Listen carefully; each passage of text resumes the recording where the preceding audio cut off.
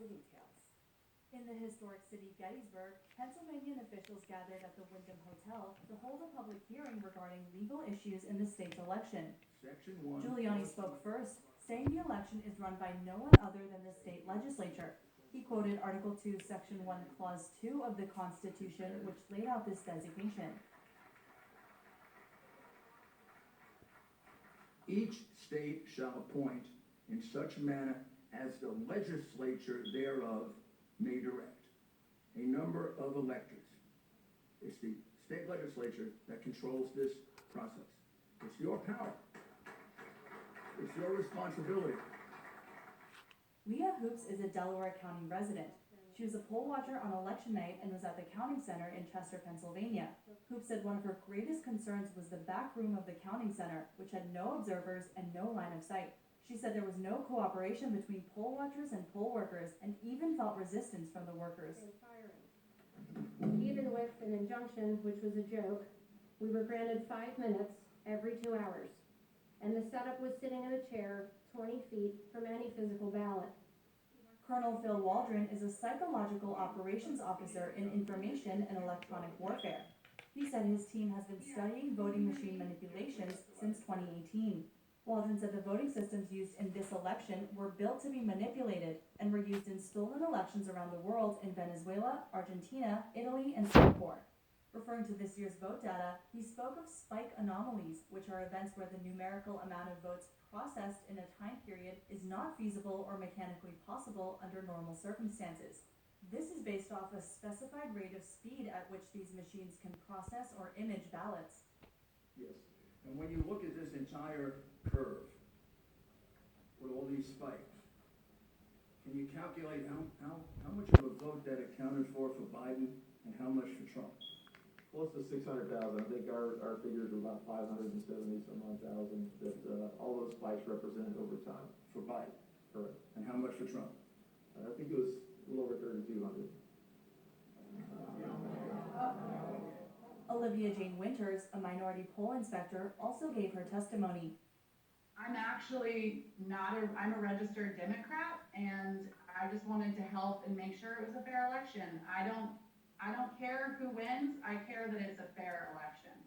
Winters said she was immediately met with hostility from all of the workers. When someone tried to return a mail-in ballot and vote in person, this required a signature from the judge of elections. But the judge of elections, who was not supposed to leave the building, had gone home for 45 minutes.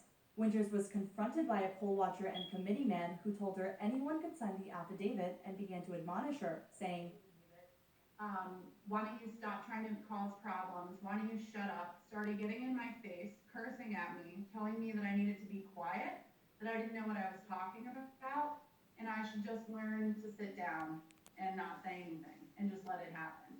Others testified as well, citing anomalies like USB sticks in voting machines. A poll watcher said that more than 2 is unusual, and while officials deny the allegations, 47 are currently missing. Another said that stacks of hundreds of blank mail-in ballots were used to fix ballots that could not be read. Nobody was there to oversee this. Senator Doug Mastriano concluded the public hearing by saying the truth is out there. He said that history was changed in 1863 in Gettysburg, so on this day, history is changing for our country and this state. Back at Gettysburg once again. Christina Kim, NTD News. And that election hearing in Pennsylvania got a surprise call from President Trump, who wasn't expected to make an appearance. NTD's Miguel Moreno has more on the president's comments and the thanks he gave Americans for standing up for him. We have one additional witness. Please. I will introduce to you now, Mr. President, you are connected.